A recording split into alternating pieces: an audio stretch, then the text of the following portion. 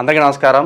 ఇవాళ మనతో ప్రముఖ ఆధ్యాత్మికవేత్త, ఆస్ట్రాలజర్, దత్తాత్రేయ మరియు గణపతి ఉపాసకులు మురళీధర్ శర్మ గారు మనతో ఉన్నారు. గురుగారితో మాట్లాడదాం. గురుగారు నమస్కారం అండి. మహాదేవ శ్రీమాత్రే నమః. గురుగారు, విజయదశమి రోజు లక్ష్మీదేవి అనుగ్రహం పొందడానికి, అంతా మంచి జరగడానికి ఒక అద్భుతమైన రెమెడీ ఇవాళ మా కోసం తెలియజేయండి. అంతా మంచిగా జరుగుతూ ఉంటుంది, ఖచ్చితంగా కూడా. ఎప్పుడైనా కూడా మంచి జరగదు అనేటువంటి ఆలోచన అనేటువంటిది ఎప్పుడూ మనకు ఉండకూడదు.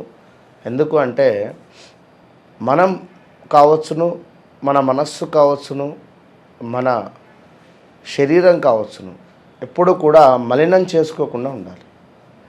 ఓకే, మనం ఒక గమ్యానికి చేరుకోవాలి. ఇప్పుడు సుమారుగా మీ రూమ్ ఎక్కడ? దగ్గరలో ఒక 3 కిలోమీటర్లు. 3 కిలోమీటర్లో దగ్గరలో. అక్కడి నుండి ఇక్కడికి ఎలా వచ్చారు? నడుచుకుంటూ 3 కిలోమీటర్లు నడుచుకుంటూ వచ్చిన? ఒకసారి నడుచుకుంటూ వస్తాను, ఒక్కొక్కసారి బస్ ఎక్కి అలాగా. సరే, ఓకే. ఇప్పుడు ఎక్కడికి వెళ్ళాలని మీరు బయలుదేరి వచ్చారు మణికంఠ గారు? ఆఫీస్కి వెళ్ళాలని వచ్చి. రైట్. మీ మైండ్లో అదొకటే ఉంది కదా, వేరే ఏది లేదు. నడుచుతూ వచ్చేటువంటి సందర్భంలో కానీ, లేదా బస్సులో వచ్చేటువంటి సందర్భంలో కానీ, మెట్రోలో వచ్చే సందర్భంలో కానీ మీ కళ్ళకు ఎన్ని వింతలు కనబడుతుంది నాకు వచ్చారు. ఓకే, టిఫిన్ కావచ్చును, లేదా వేరే వేరే చెడు సంబంధిత విషయాలు కావచ్చును, లేదా స్త్రీలు కావచ్చును, లేదా ఒక వైన్ షాప్ కావచ్చును, లేదా ఒక స్వీట్ షాప్ కావచ్చును, లేదా ఒక హీరోయిన్ కావచ్చును, హీరో కావచ్చును.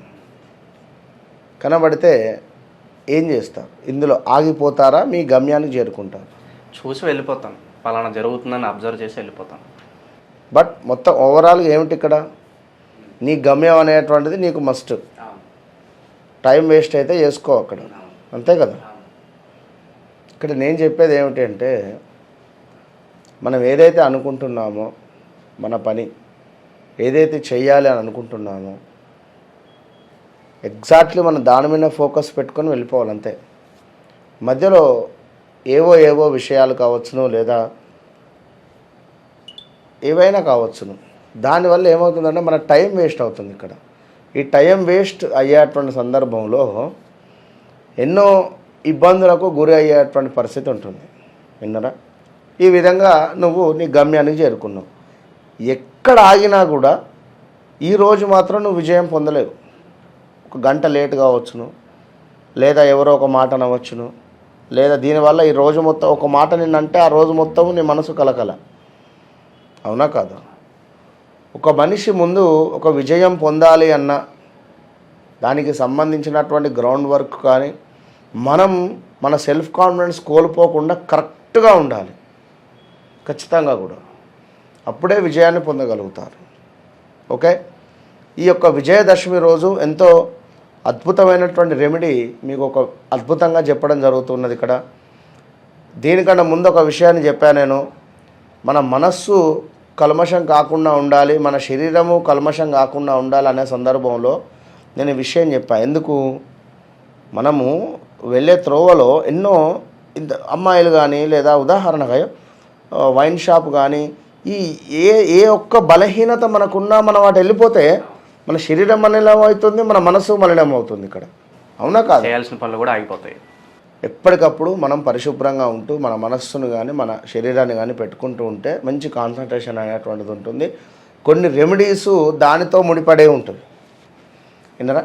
ఇప్పుడు ఈ విజయదశమి రోజు ఏం చేయాలి అనేటువంటిది అంటే, చక్కగా కూడా ఒక్కరోజు ముందుగానే నెమలి పించాలు, 21 నెమలి పించాలు ఎక్కడున్నా కూడా మీరు సంపాదించుకునే ప్రయత్నం చేయండి. ఒకరోజు ముందు, నవమి రోజు ఇది నెమలి పించాలు ఇంటికి తెచ్చి పెట్టుకోండి. హాల్లో జనరల్గా మామూలు పక్కన పెట్టండి. ఈ దశమి రోజు చక్కగా కూడా ఉతికినటువంటి బట్టలను ధరించుకొని మీ యొక్క పూజా మందిరంలో ఈ యొక్క నెమలి పించాలను పెట్టి శ్రీ సూక్తంతో చదివి, అక్షితలు, పసుపు కుంకుమ వేసి వీటిని తీసుకువెళ్ళి మీ బీరువాలో పెట్టండి. నెమలి పించాలను 21 నెమలి పించాలు ఎక్సలెంట్గా కూడా అమ్మవారు సూపర్గా అంటే సూపర్గా మీకు అనుగ్రహాన్ని ఇస్తుంది. మరొక విషయం ఏమిటి అంటే, ఈ యొక్క విజయదశమి రోజు ఎవరైతే నేతితో దీపారాధన చేస్తారో 10 దీపాలు, నేతితో 10 దీపాలు చేయాలి. ఇక్కడ ఈ 10 దీపాలు కూడా 8 దిక్కులలో 8 పెట్టాలి. 10 దీపాలు ఏవైతే ఉన్నాయో 10 దీపాల్లో నుండి ఒక 2 పక్కన పెట్టేసుకొని ముందుగా 8 దీపాలు మాత్రము మన ఇంట్లో ఉండేటువంటి 8 మూలలలో కూడా ఈ యొక్క దీపాలను పెట్టాలి. ఒకటి హాల్లో సింహద్వారం వద్ద పెట్టాలి, కొంచెం హాల్లో. మరొకటి పూజా మందిరంలో పెట్టాలి. ఇక్కడికి 10 అయిపోయినవి. ఓకే, ఎక్కడైతే మనము దీపం వెలిగించామో ఈ యొక్క దీపం వెలిగించినటువంటి చోట ఒక బాదం ఏమన్నా డ్రై ఫ్రూట్లో బాదం ఉంటుంది కదా, ఈ బాదమును చక్కగా కూడా ఈ యొక్క దీపం పక్కకు 10 బాదాలను పెట్టండి. పెట్టేసి చక్కగా కూడా ఇంట్లో కూర్చొని దుర్గా సూక్తం చదవండి, లేదా దుర్గా అమ్మవారి యొక్క 108 నామాలు చదివేటువంటి ప్రయత్నం చేయండి. లేదా ఓం ధూమ్ దుర్గాయై నమః, ఓం ధూమ్ దుర్గాయై నమః, ఓం ధూమ్ దుర్గాయై నమః 1008 సార్లు చదవాలి. ఈ విజయదశమి రోజు తప్పకుండా కుదిరితే కుటుంబం మొత్తము కూడా కలిసి దీపారాధన చేసి కూర్చొని చక్కగా దుర్గా సూక్తము లేదా అమ్మవారి యొక్క దుర్గా అమ్మవారి యొక్క 108 నామాలు 3 సార్లు చదవాలి. ఒకసారి 108 అయిపోయింది, మళ్ళీ 108 చదవాలి, మళ్ళీ 108 చదవాలి. ఇట్లా 3 పర్యాయాలు చదవాలి.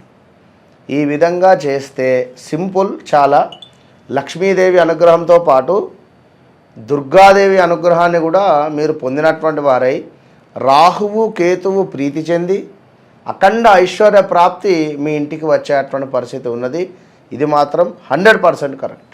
విజయదశమి రోజున లక్ష్మీదేవి అనుగ్రహం కోసం ఒక అద్భుతమైన రెమెడీ చెప్పారు గురుగారు. ధన్యవాదాలండి. మహాదేవ్.